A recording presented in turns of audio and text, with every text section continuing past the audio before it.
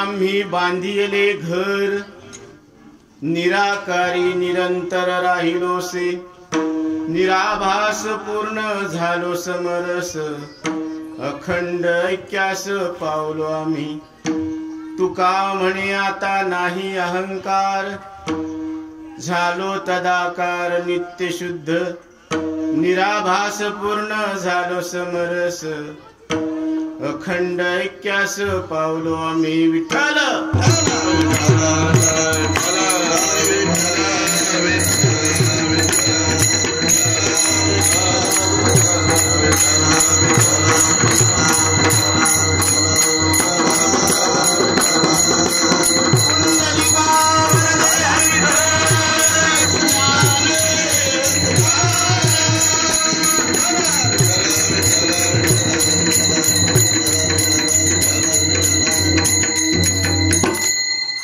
निरंजनी आम्ही बांधिले घर, निराकारी निरंतर राहिलोसे, निराभास पूर्ण झालो समरस, अखंड ऐक्यास पावलो आम्ही.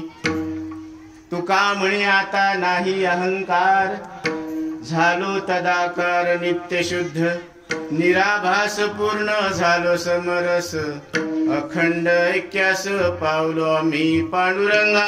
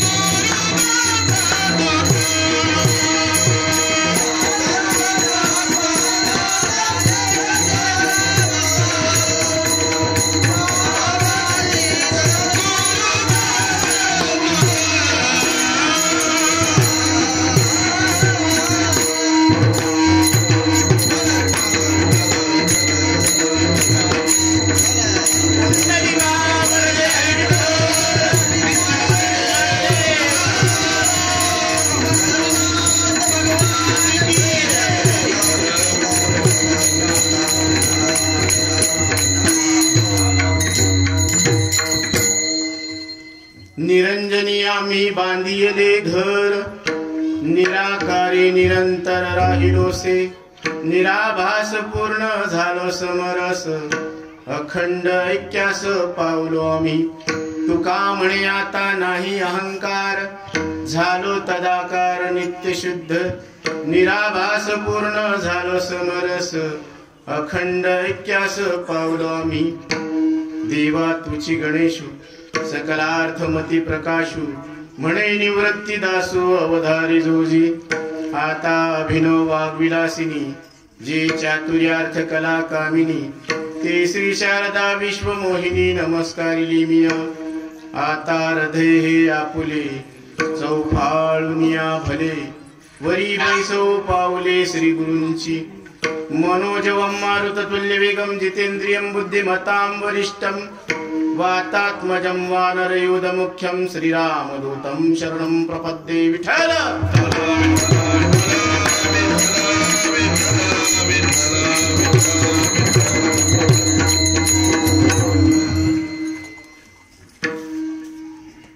प्रस्तुत सेवेसाठी घेतलेला अभंग जगद्गुरु तुकोबाराय यांचा हा 3 चरणाचा अभंग असून प्रसंग असा आहे की आमचे परमार्थ प्रेमी सखाराम महाराज राऊत, आंबा तालुका परतूर जिल्हा जालना या ठिकाणी यांनी एक सुंदर अशी वास्तू निर्माण केलेली आहे आणि त्या वास्तू शांतीच्या निमित्तानं ही कीर्तन रूपी सेवा आयोजित करण्यात आलेली आहे. आणि या कीर्तनाच्या माध्यमातून जगद्गुरु तुकोबराय सांगतात की निरंजनी आम्ही बांधिले घर. निरंजन शब्दाचा अर्थ मायेपासून जे अलिप्त आहे, जिथं मायेचा दोष नाही, अशी जागा, असं ठिकाण. निरंजनी आम्ही बांधिले घर. आम्ही सुद्धा एक घर बांधलेलं आहे. किंवा प्रत्येक जीवाचं ठिकाण हे निर्गुण ब्रह्म आहे. विठ्ठल विठ्ठल.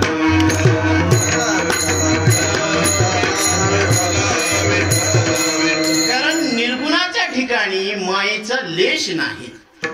निर्गुण हे मायेशी लिप्त होत नाही.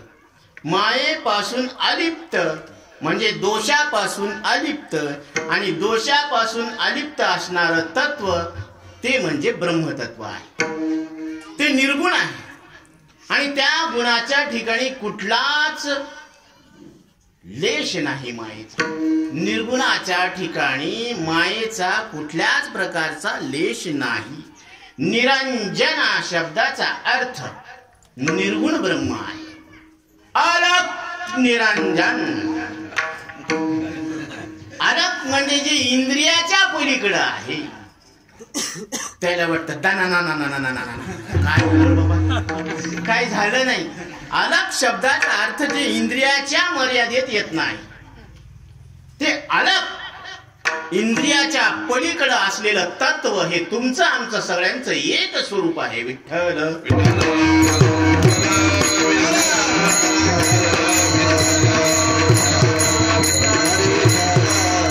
म्हणून अलग निरंजन म्हणजे जे इंद्रिया पलीकडे असलेलं निर्गुण ब्रह्म ते तत्व तू आहेस. तत्वम अशी सद्गुरूच्या मुखातून महावाक्याचा उपदेश. आज खूप मोठा आनंद होतो, कारण आमचे आदरणीय सोपान महाराज कीर्ते सर यांनी गुरुवर्य बापूराव महाराज परतूरकर यांच्या नेतृत्वाखाली, त्यांच्या मार्गदर्शनाखाली आज 10 कीर्तनकार उभे केलेले आहेत या गावात. टाळ्या वाजवा. ही अभिमानाची गोष्ट आहे. गुरुजींनी इतके परिश्रम घेतले आणि आज 10 कीर्तनकार उभे केलेले आहेत. हे मुलं घडवणं काही साधी गोष्ट नाहीये. शिक्षक ज्या दगडावर वार करतो छन्नी हातोड्यानं, तर ती शिक्षक ते दगड आज मूर्तिमन म्हणून उभं राहत असते. ती मूर्ती बनत असते आणि त्या मूर्तीचं लोक दर्शन घेत असतात. म्हणून दगडामध्ये फरक काय आहे? दगडामध्ये एकच फरक आहे, ज्यानं छन्नी आणि हातोड्याची मार सहन केली नाही त्याच्यावर लोक पाय देतात, आणि ज्यानं छन्नी आणि हातोड्याचा मार सहन केलेला आहे त्याच्या ठिकाणी नतमस्तक होतात. विठ्ठल विठ्ठल.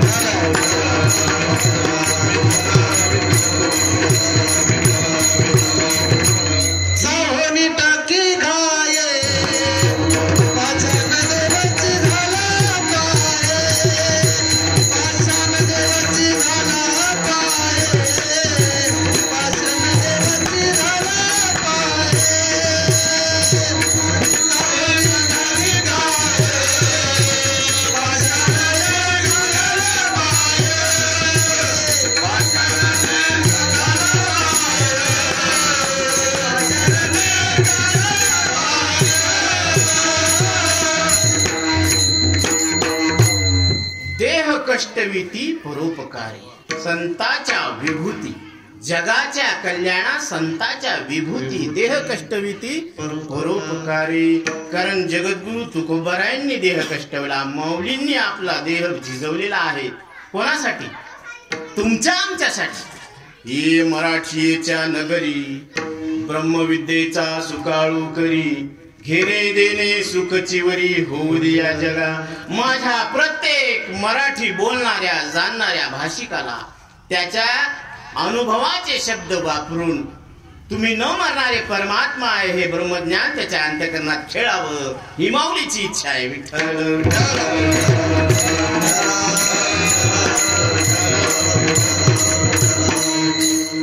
अजून सांगू? माझा मराठाची बोल कौतुकी, परी अमृता तेही पैजा जिंके, ऐसे अक्षरे रसिके मिळविन. मी तुमच्या समोर असे मराठी भाषेतले शब्द प्रस्तुत करणार की जे अमृताला सुद्धा पैजेमध्ये लाजून टाकणार, हरवून टाकणार आहे. अशी मी तुमच्या समोर मराठी भाषा बोलणार आहे. कारण ही नगरी कोणाची आहे? मराठ्यांची नगरी आहे.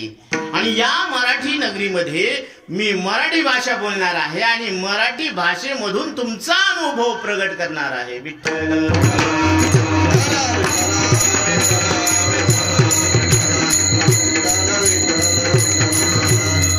म्हणून माऊली स्पष्ट सांगत असतात, कारण परमार्थामध्ये द्रष्ट फल आहे.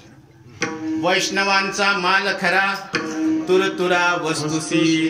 व्यवहाराची रीत पहा तुम्ही. उधारदान पापन पुण्य, तुरतदान महापुण्य. क्या बात आहे. मग तुम्ही इतके हुशार आहेत की व्यवहार तुम्ही नगदीचा करता राहा. मग परमार्थ कसा करायला पाहिजे? नगदीचाच करायला पाहिजे ना. ते म्हणते मेल्यावर मोक्ष. मेल्यावर मोक्ष म्हणणारे शतमूर्ख आहेत. विठ्ठल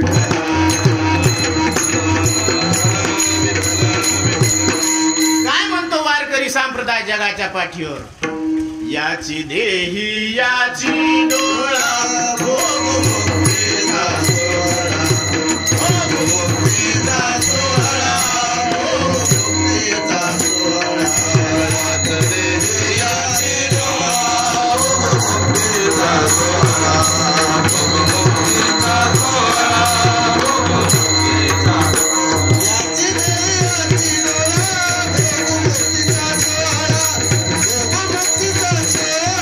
भोग मुक्तीचा सोहळा. याची देही याची डोळा भोग मुक्तीचा सोहळा, भोग मुक्तीचा सोहळा, भोग मुक्तीचा सोहळा.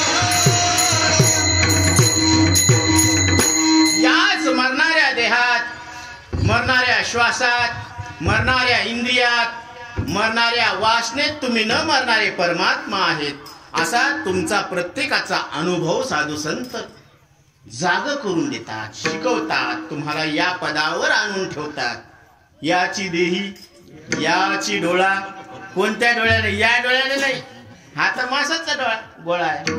विवेकाच्या दृष्टीने घुंगट के पट खोल तुम्ही पिया मिलेंगे. कोणती? आत्मसुख घ्या रे उघडा ज्ञान दृष्टी, यावी न चावटी करू नका. कारण ही जी दृष्टी आहे ती चर्मचक्षुची दृष्टी. ही दृष्टी काही कामाची नाही. कोणती दृष्टी उघडा? ज्ञान दृष्टी उघडा. कारण दृष्टी तुम्हालाही आहे, दृष्टी आम्हालाही आहे आणि दृष्टी सद्गुरूलाही आहे. पण दृष्टी दावी आला यशोदेचा बाळ. धन्य आनंदाची सापडली वेळ, संत सज्जन भेटले कृपाळ, त्यांनी फिडियला बुद्धीचा मळ. दृष्टी दावियला यशोदेचा बाळ हो. म्हणजे मळ काढला म्हणजे निरंजन केलेला आहे. अलग निरंजन.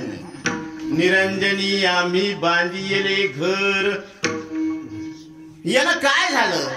कारण साधू संत सांगत असतात, या अभंगाचा भावार्थ जर आपण पाहिला तर असा निघतो की आम्ही निरंजन म्हणजे निर्गुण ब्रह्म हे प्रत्येक जीवाचं वास्तविक ठिकाण आहे. जसं घर हे एक त्या व्यक्तीच्या विश्रांतीचा एक ठिकाण आहे.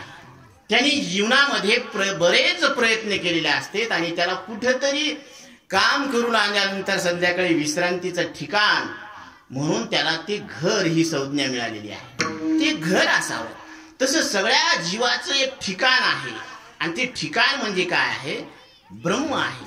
कारण ज्ञानोबरायांनी सुद्धा सिद्ध बेटावर एक झोपडी बांधलेली आहे. म्हणून सगळ्या साधू संतांचं एक घर आहे, सगळ्या जीवाचं एक घर आहे आणि ते निर्गुण ब्रह्म हे प्रत्येकाचं स्वरूप आहे आणि तेच आपलं ठिकाण आहे, तेच आपलं वास्तविक घर आहे.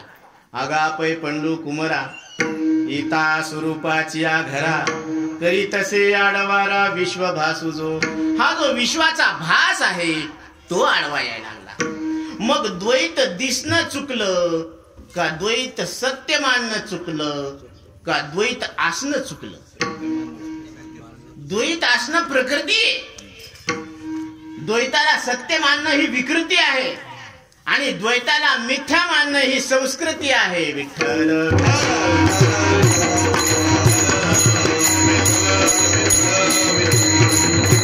आणि मनुष्य देहात आलेल्या जीवाला संस्कृतीकडे वाटचाल करता येते. प्रकृतीकडून संस्कृतीकडे वाटचाल करता येते. त्याला झेप घेता येते. आकाशी झेप घेरे पाखरा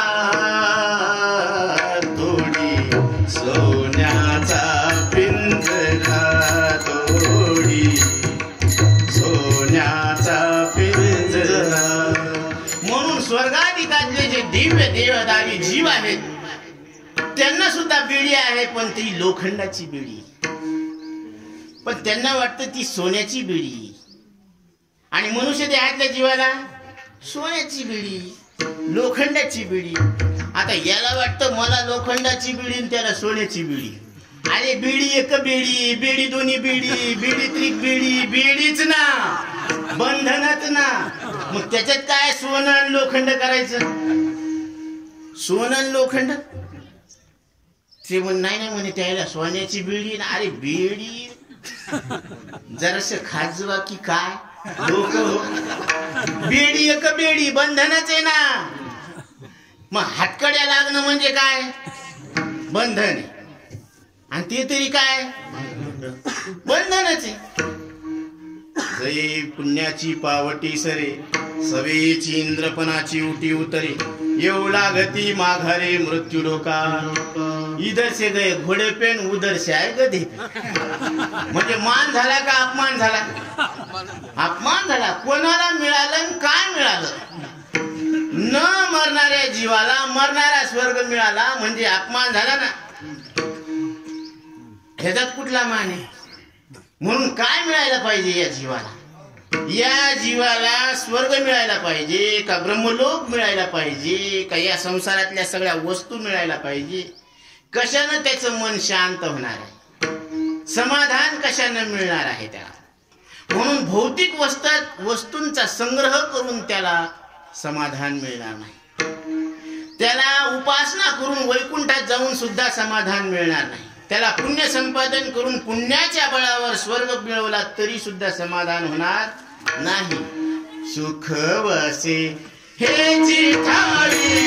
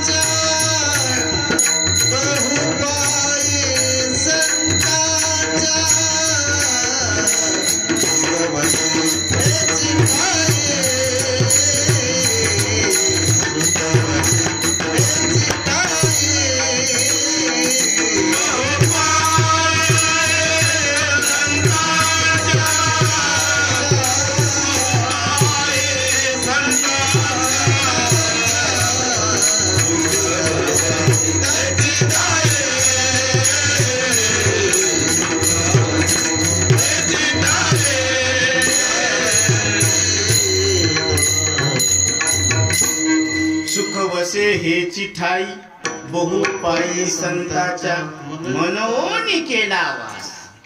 म्हणून संताच्या संगतीत राहायची. कारण जीवाची व्याख्या केलेली आहे. लिंग देहस्य, पुन्हा लिंग म्हणजे चित छाया, लिंग देहस्य जीव उच्यते. जीवाची व्याख्या पंचदशी मध्ये केलेली आहे की अंतःकरण, त्या अंतःकरणामध्ये शुद्ध ब्रह्माची पडलेली छाया आणि प्रगटता म्हणजे अंतःकरण युक्त चैतन्य म्हणजे जीव चैतन्य.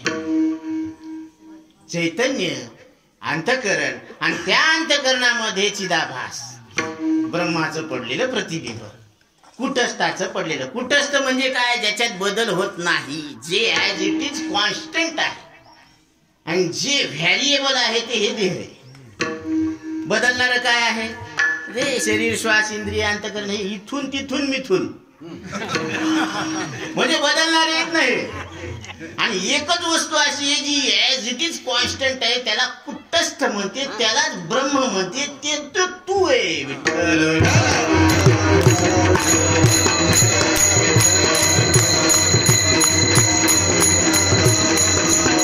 म्हणून जीव चैतन्याला उपाधी आहे आणि ती मिळालेली उपाधी उत्पत्ती नाशवान आहे. ईश्वराची उपाधी आहे ती सुद्धा मायेचं काय आहे, त्याला आश्रय आहे, लेबल आहे.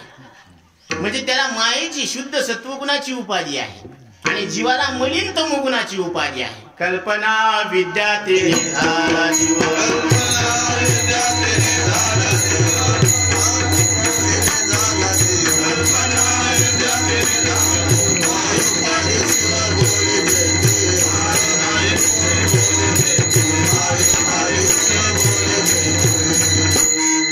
एकाच चैतन्याचे दोन रूपच आहेत. कोणते? एक जीव चैतन्य आहे आणि एक ईश्वर चैतन्य आहे. जीवाला त्यानं कल्पनेला सत्य मानलं की याला जीव म्हणायचं आणि त्याला मायेची उपाधी आहे, शुद्ध सत्वगुणाची उपाधी आहे, तरी सुद्धा त्याला मायेमध्ये तो लिप्त होत नाही. ईश्वर चैतन्य म्हणजे निरावरक्त चैतन्य आहे, त्याला कधीच आपल्या आत्मस्वरूपाची भ्रांती होत नाही. म्हणून ईश्वर चैतन्य कसं आहे? निरावृत्त चैतन्य आहे आणि जीव चैतन्य हे आवृत्त चैतन्य आहे, म्हणजे झाकलेलं आहे.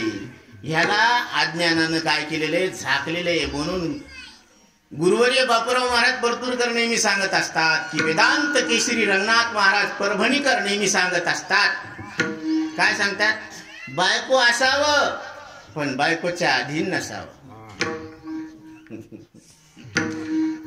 तस जीवाला बुद्धी असावी पण बुद्धीच्या अधीन नसावं. विठ्ठल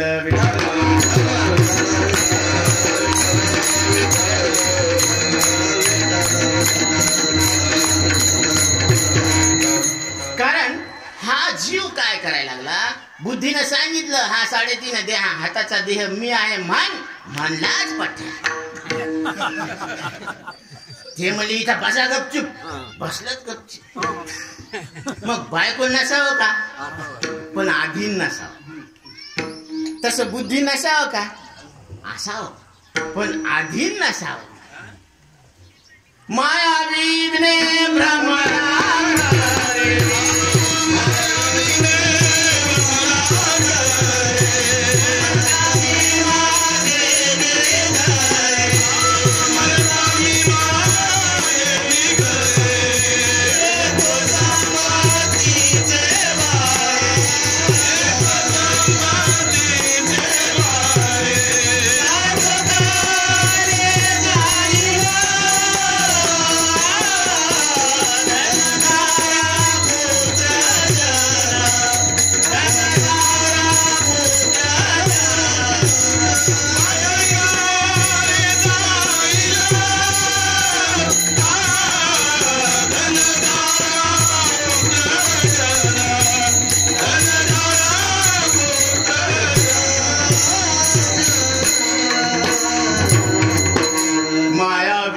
भ्रमला खरे. जसं कापसावर लाल्या नावाचा रोग पडला, आता बोंडाळी आली आहे की नाही.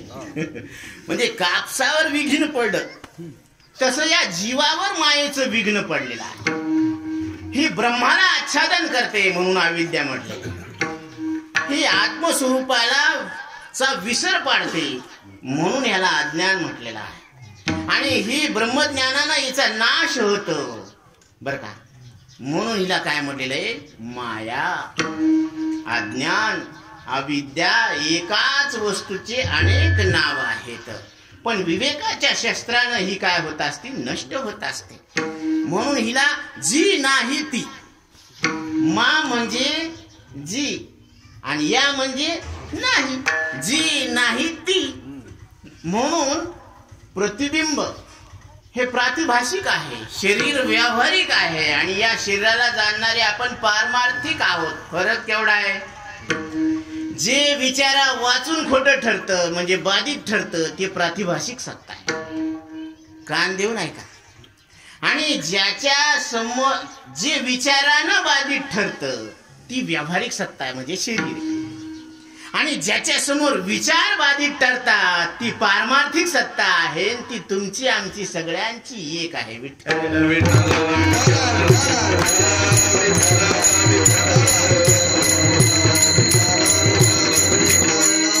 म्हणून माऊलींनी सांगितलेला रोकडा निश्चय, रोकडा खनखन आहे.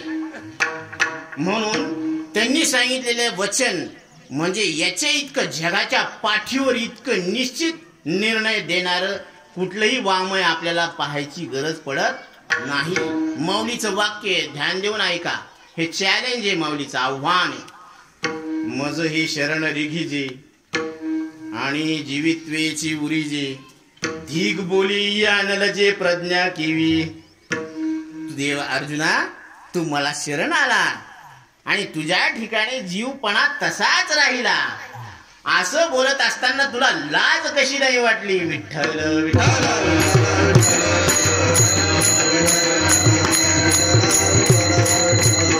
म्हणजे एकदा आपण ज्ञानोबारायांना शरण आलो आणि त्यांच्या ठिकाणी जर आपण शरण गेल्यानंतर आपल्या ठिकाणी असलेला जीवपणा तसाच राहिला तर हे वक्त बोलणं तू कानाला लावू नको. मला तू शरण आला, मज ही शरण रिगीजी आणि जीवित्वेची अशी जी. क्या बात आहे देवा, तुला लाज वाटायला पाहिजे किंवा मला तरी लाज वाटायला पाहिजे. अरे ज्याचा आपण आश्रय घेतला त्यो जर समर्थ नसला आपलं रक्षण करण्याला तर त्या आश्रयाला काय अर्थ आहे? हा, ती म्हणते एवढा माणसासारखा माणूस तुला साधी एक बाई सांभाळता येईल? काय पुरुषत्वाला लाज वाटायला पाहिजे तुला? जाळायचं का तुझं पुरुषत्व? पुरुषत्व कशाला म्हणते? पुरुषत्व त्याला म्हणते की त्यानं स्वतःच्या पत्नीचं रक्षण करणं ही कोणाची जबाबदारी. कारण कोणी कोणाचे हात कोणाच्या हातात दिलेले जराच खाजवा की काय डोकं हो. कोणाचे हात कोणाच्या हातात दिले? सगळे अनुभवी माणसं एक बी बोले ना, सगळे चुप बसलेले. म्हणजे त्या माऊलीनं तिचे हात तुमच्या हातात दिले का नाही? मग आता ती स्वतःच्या मनानं काही करू शकते का? सरेंडर, आत्मसमर्पण. देह समर्पीजे देवा, देह समर्पीजे देवा, हार काहीच न घ्यावा, होईल आघवा. तुका म्हणे आनंद देह समर्पीजे देवा. देवाला देह काय करून टाका? समर्पण करून टाका, सरेंडर. आता भार काहीच न घ्या, कारण त्यानं आपला भार घेतलेला आहे का नाही? चक्रधरा विश्वांभरा, आता तुम्ही स्टेरिंग करा, कारण ही गाडी आउट ऑफ कंट्रोल झालेली आहे देवा. काय तुमच्या हातात सांगा बरोबर? जवरक गाडी झोकाते, अजून झोक जात नाही, तवरक काय करा? जव हे सकळ सिद्ध आहे गती मती इंद्रिये, तव तू आपले स्वहित पाहे. आणि जीवाचं हित कशात आहे? जड वस्तू संपादन करण्यात नाहीये, सोनं संपादन करण्यात. नाग महत्वाचं आहे का बुगडी? नाही, कोणी कोणी बुगडी म्हणलं बरं, नाग नसल्यावर कुठं घालतात? म्हणून नाग महत्वाचं आहे ना. बुगडी नसली नासली तरी काय हरकत नाही. आज नसली तर उद्या आणू करेन 100% सांगेन बरं का.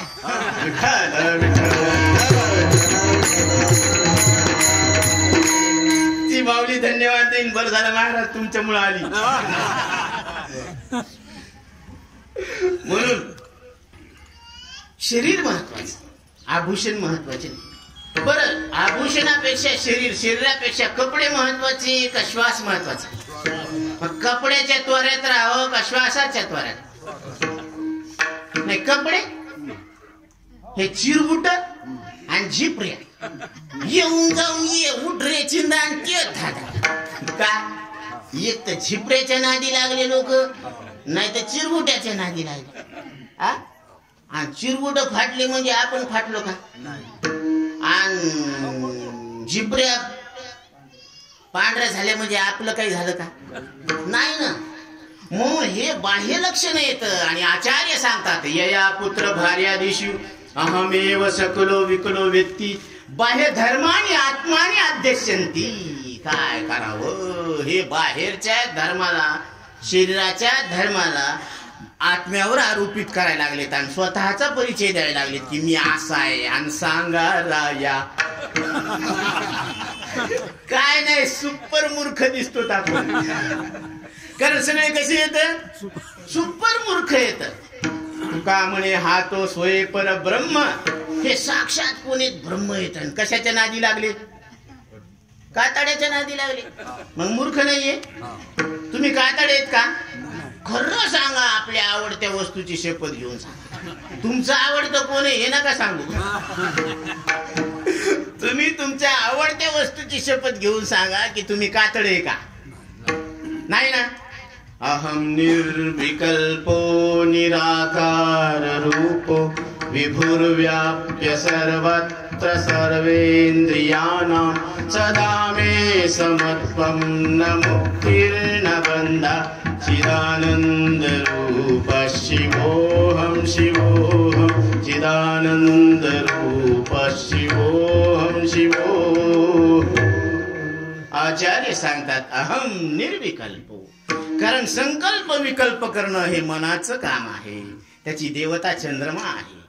मग आपण मन आहे का चंद्र आहे का संकल्प विकल्प करणे? त्रिपुटीहून सांडिली त्रिपुटी दीप उजळला घटी.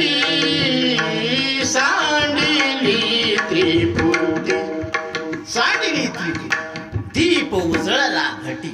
कोणत्या घटात कोणता दीप उजळला? या मरणाऱ्या देहात मी न मरणारा असा दीप उजळला. विठ्ठल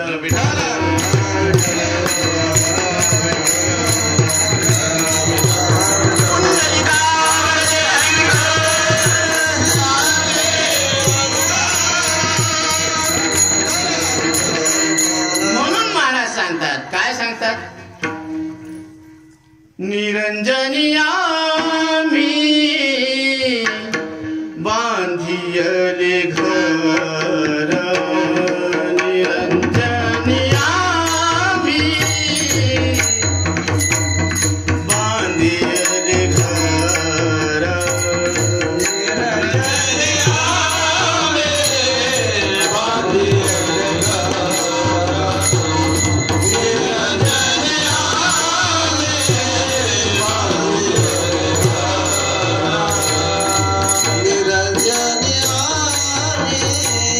बांधियले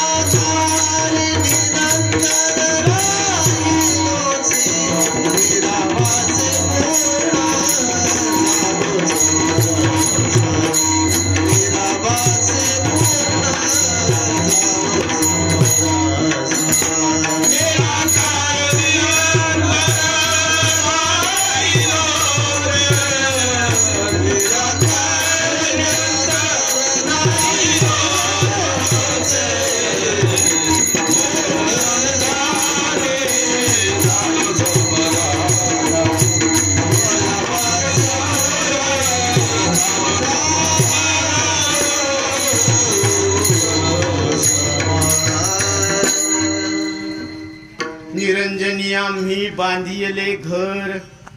आम्ही कुठं बांधलं घर? निरंजन ठिकाणी बांधलेलं आहे.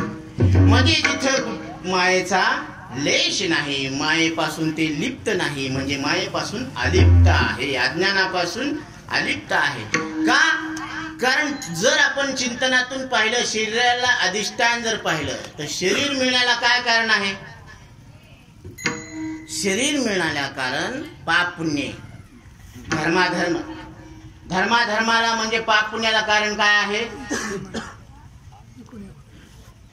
धर्माधर्माला कारण रागद्वेष आहे. रागद्वेषाला कारण अनुकूल प्रतिकूल ज्ञान आहे. अनुकूल प्रतिकूल ज्ञानाला कारण भेद ज्ञान आहे. भेद ज्ञानाला कारण आत्मस्वरूपाचं अज्ञान आहे. म्हणून प्रत्येकाच्या ठिकाणी आत्मस्वरूपाचं अज्ञान आहे. म्हणजे आपण आपल्या वास्तविक स्वरूपाला विसरलो का नाही?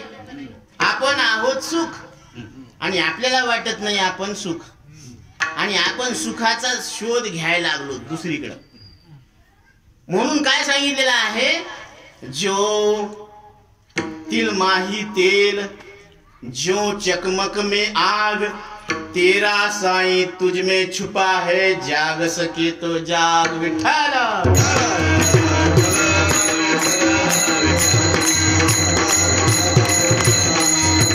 कस्तूरी छिपे कुंडल में, मृग ढूंढे बन माही, वैसे घट घट में है राम, दुनिया जानत नाही. विठ्ठल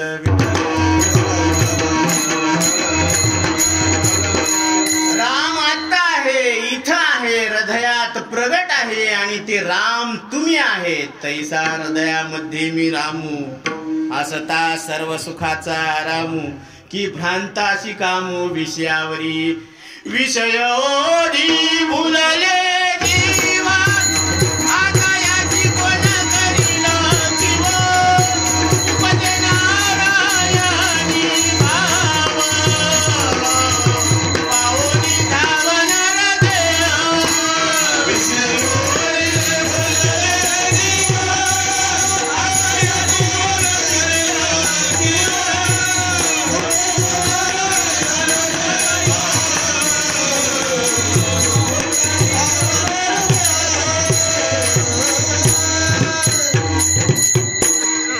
विषय ओढी भुलले जीव, पतंगा दीपी आलिंगन, तीर्थ तयासी अचूक मरण, तैसे विषयाचरण आत्मघातात. ज्ञानोबराय सांगतात की जर आपण विषयाच्या नादी लागलो तर तिथं आत्मघात झालेलाच आहे. पतंग फक्त दीपावर उडी मारला, भेटायला गेला, आलिंगन करायला गेला, मिठी मारायला गेला, तत्स्वरूप झाला.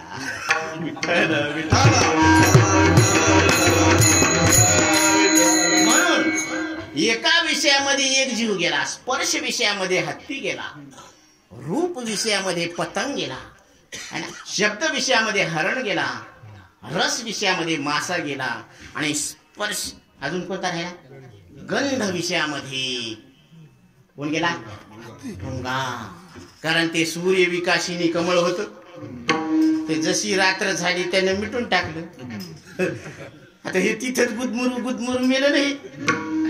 तस या जीवानं काय केली? आपली माया पसरली. एक घर घ्या, दोन घर घ्या, तीन घर घ्या. अरे घर घेऊ बेजार, घर सांभाळणारे.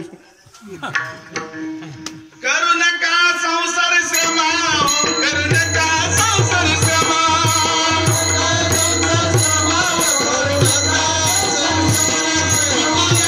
विषय कामा, नको नका विषय कामा, तुम्ही अथवा मधुसूदना, तुम्ही वासुदेव म्हणा रे, तुम्ही वासुदेव म्हणा, तुम्ही वासुदेव म्हणा म्हणा, तुम्ही वासुदेव म्हणा, तुम्ही वासुदेव म्हणा रे, तुम्ही वासुदेव म्हणा, तुम्ही वासुदेव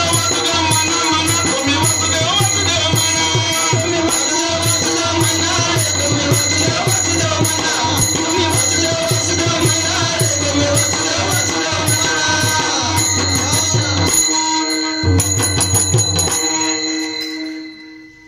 तुम्ही आठवा रे मधुसूदना रे, तुम्ही वासुदेव वासुदेव म्हणा, वासुदेव वासुदेव म्हणा रे, तुम्ही वासुदेव वासुदेव म्हणा, वासुदेव वासुदेव म्हणा रे, तुम्ही वासुदेव वासुदेव म्हणा. ही आरोळी आहे, सकाळी वासुदेवाची आरोळी आहे. म्हणून ही आरोळी आपल्या अंतःकरणामध्ये ठसली पाहिजे. कारण आपण जे संग्रह करायला लागलो ते आज आपल्या संग्रहामध्ये आपला वेळ घालवायला लागलेत. आयुष्याच्या शेवटी याचं काही काम पडणार, हे आपल्याला पार नेणार नाही. कोसलियाने घर सुदृढ पै केले,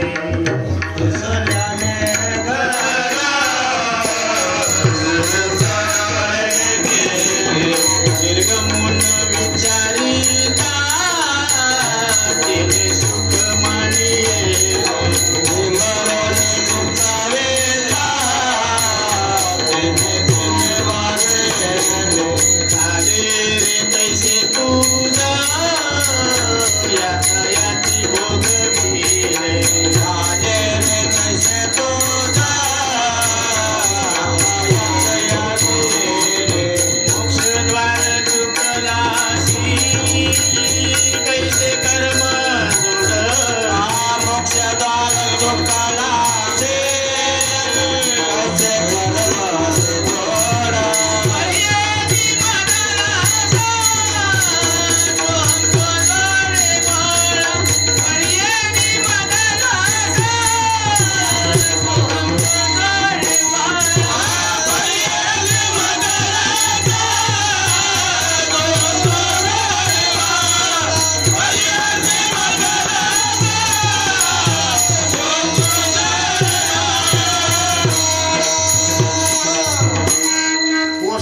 किडा काय करतो, स्वतःच्या प्रयत्नानं स्वतःच्याच शरीरातून एक द्रवरूप काढतो चिकट, आणि ते त्याच्यापासून घर विणतो कोळी, आणि घर विणतो सगळे दार. आता बाबा तुम्ही किती दार बसविले घराला?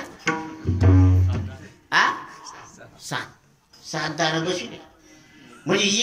म्हणजे दार उघडे ठेवले का नाही, उघड झाप करायची का नाही. येणं काय केलं, सगळे दार बंद केले. आता बाहेर जायचा रस्ता कुठे ठेवलाच नाही. त्याच्यातच आनंद मानला. घर बांधलं, वा वा घर बांधलं, इतके दार इतके खिडक्या, एक खालचा मधला वरचा मधला, त्याच्यातच गुंगलं बाहेर गुंग्या. मग महाराज सांगत असते ते बाहेर गुंग्या कुठं पुंगी वाजली तिथं. तर ते म्हणले यानं सगळे दार बंद करून टाकले. आता ह्याचं गुदमरू हे मेलं, मग याच्या मृत्यूला कारणीभूत कोण आहे? आपणा घात करू शत्रू झालो मी दावेत. मग आपल्या दुःखाला कारण शेजारी पाजारी आहे का, मागच्या जन्मातलं पाप आहे का, कोणी करणी केली का, कोणता देव माग लागला? वा वा वा वा, हे इतके सुंदर आहेत का की हे सगळे काम सोडून तो देव यायच्याच माग लागला. एक अंग धड नाही म्हणे सुंदर. शांताबाई कधी एक क्षणभर सुद्धा गुपचूप बसायचं. आणि याचं नाव काय? शांत उफाडे. ह्याने कधी तोंड वासून बसले नाहीये, पण याचं नाव डोळ झापे. कीर्तनात कधी झोपत नाही, पण यायचं नाव. म्हणजे नावाच्या संगत काय आहे का? काही आहे. सगळं विचित्र आहे का नाही? विचित्र आहे सगळं. म्हणून महाराज सांगत असते की या बाईनं बी घर बांधलं, पण ती म्हणे कसं राहावं आता. कारण कसं असतं माहिती का, रोटी कपडावर मकान ह्या मूलभूत गरजा आहेत. आणि ह्या जर पूर्ण होत नसत्या, दिवसभर काम करून काबाड कष्ट करून जर घरी आलो, जर एक क्षणभर जर सुखाची घडी जात नसेल, तर त्याला ते केलेल्याचा शीण येतो ना. मोडकेशे घर तुटकेशे छप्पर, राहायला जागा नाही मला दादला नको ग बाई, दादला नको ग बाई, मला दादला नको ग बाई, दादला नको ग बाई.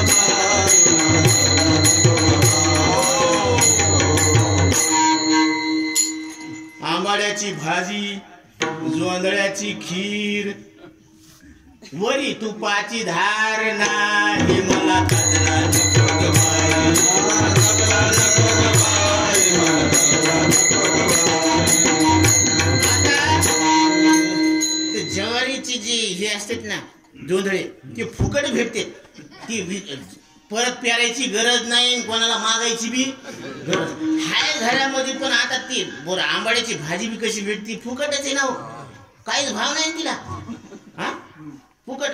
आता एवढं फुकट असून सुद्धा जर त्याच्यावर तेलाची धारच नाही म्हणल्यावर ती कदरण का नाही बरं. दिवसभर काम करून वरून ते फोडणीला तेलच नाही म्हणे. आता ती कसं करावं.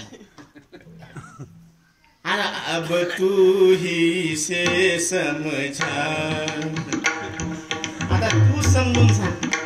ना जान म्हणजे कोण दिशा से आए तू प्यार का सागर है, तेरी एक बूंद के प्यासे हम. देवा तू प्रेमाचा समुद्र आहे आणि फक्त आम्ही किती भुकेलेले आहेत. तुझ्या फक्त एका थेंबाची जरूरत आहे. थोड़ा है थोड़े की जरूरत, हल्का सा पर्दा है कोई दीवार नहीं. मैं वो परवाना हूँ पत्थर को मोम कर दो विठ्ठल विठ्ठल.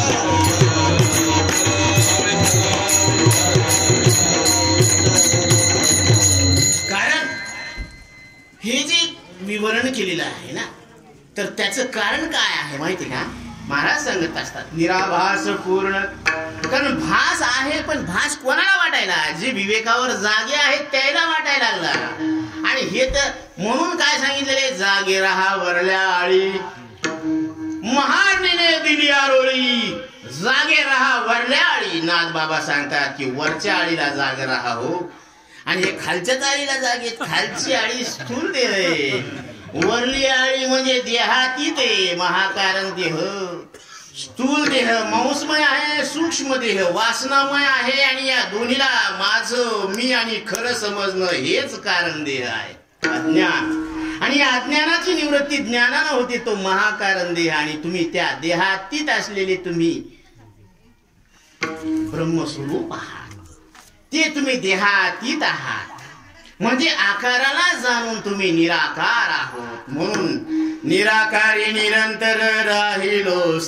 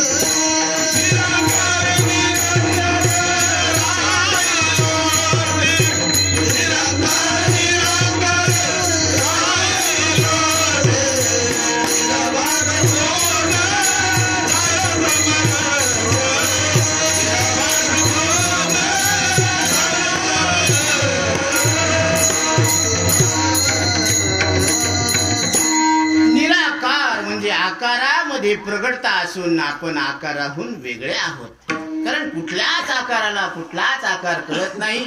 सगळे आकार तुम्हाला आम्हाला कळतात. म्हणजे आपण आकाराहून वेगळे आहोत असं आकारानं ध्यानात घ्यायचं का नाही. विठ्ठल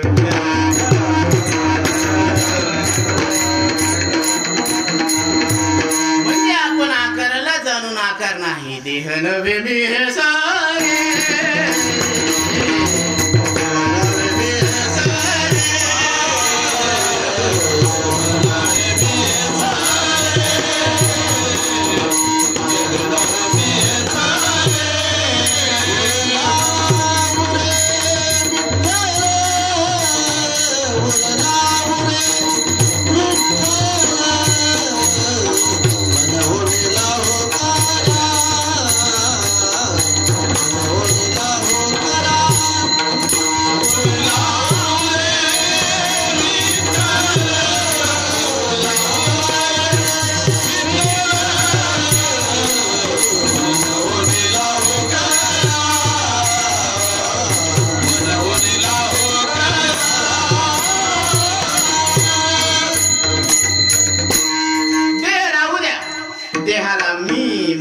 आणि खरं समजणं सुटू द्या. म्हणून देह राहू द्या, कारण बालपणाचा देह राहू दिला आपण, पण ते राहिला का गेला. म्हणजे धरला तरी अहंकार टिकत नाही आणि सोडला तरी आत्मानुभव जात नाही. मी तो ज्ञान स्वरूप आहे, हे तो धाडिले वाहे, विषय ज्ञाने होय गगना एवढा. मी ज्ञान स्वरूप आहे या अनुभवाच्या विषयाला लात मारली आणि ते नसलेल्याच विषयाच्या नादी लागलं.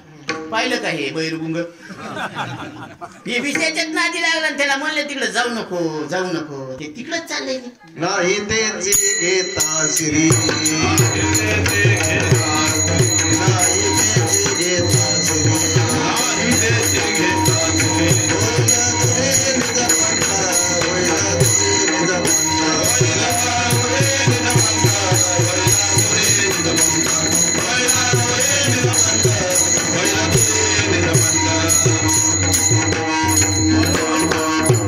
म्हणून संगत चांगल्याची करा हो, संगतीचा परिणाम आहे बरं का. म्हणून संगत मनुष्य देहामध्ये जर आपण आलो तर संगत मत करणार खोटी. ईश्वराची संगत करा. जोपर्यंत सद्गुरू भेटत नाही तोपर्यंत ईश्वराचं नाम घ्या. त्या नामानं चित्ताची शुद्धता होईल आणि शुद्ध चित्तामध्ये परमात्मा लवकर कळण्याची सोय बरं का. सत्वात संजायते ज्ञानम, कारण सत्वगुणात ज्ञान होत असतं, तमोगुणामध्ये झोपत असते, रजोगुणामध्ये चंचल असते, ती क्रिया करत असते. म्हणून देवाची ये द्वारी उभा घंटा भरी, उभा क्षण भरी, म्हणजे क्षण भरी म्हणजे उभा टाक. याचा अर्थ काय सांगतात मौली? मौली सांगतात उभा आहे म्हणजे आडवा नाही, आणि आडवा नाही म्हणजे झोपलेला नाही, आणि झोपलेला नाही म्हणजे तमोगुण नाही. जरा पटपट, वेळ कमी, रात थोडी सोंग जास्त येत. म्हणून चलत नाही म्हणजे रजोगुण नाही. रजतम रहित म्हणजे सत्व आहे, म्हणजे उभा आहे, म्हणजे क्षणभर जर देव शब्दाच्या अर्थाच्या दारात जर उभं टाकलं तर असं लक्षात येईल की कानाद्वारे शब्द ऐकू आला. कोणाला? जगाला का तुम्हाला का देहाला? मग देहाला शब्द ऐकू नाही आला, जगाला नाही आला, कानातून आला का कानाला आला? मग शरीर जग बाह्य विषय जाणण्याचे विषय हे, आणि इंद्रिय हे बाह्य विषय जाणण्याचे द्वार आहे. आणि ज्या अंतकरणामध्ये हे शब्द कळायला लागले ते विषय जाणण्याचं ठिकाण म्हणजे सेंटर आहे. बरोबर आहे, सेंटर समजते. केंद्रबिंदू, ह्या भूकंपाचा केंद्रबिंदू कोणता आहे? कधी बी जीवनामध्ये भूकंप झाला तर त्याचं सेंटर हा देह आहे बरं का. कारण हे काय करायले, बारूद के ढेर पे बैठकर जंग का ऐलान कर रहे. देहाला मी समजणं म्हणजे काय? तारुण्य म्हणजे रूपाचा बॉम्ब आहे का काळाचा बॉम्ब आहे? जेव्हा फाटन ना तेव्हा वाटन हे कसं झालं रे, आणि कसं नाही हे तवा तसं होत. देह हे काळाचे धन,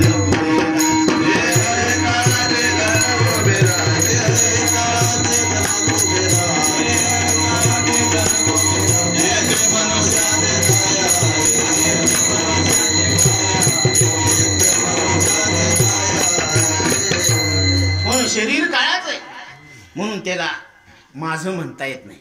पण ह्याला कळत नाही म्हणून मी बी म्हणता येत नाही. किती सोपे सूत्र येत. महाराजांनी 80 वर्षाच्या उपासनेतून निघालेले हे सूत्र येते. गुरुवर्य बापूराव महाराज परतूरकर नेहमी सांगत असतात, शरीराला कळत नाही, हे बदलणार आहे, हे दिसणार आहे, हे न जाणणार आहे, हे श्वास न दिसणारे, बदलणारे, न जाणणारे, हे इंद्रिय न दिसणारे, बदलणारे, न जाणणारे, हे अनेक आहेत.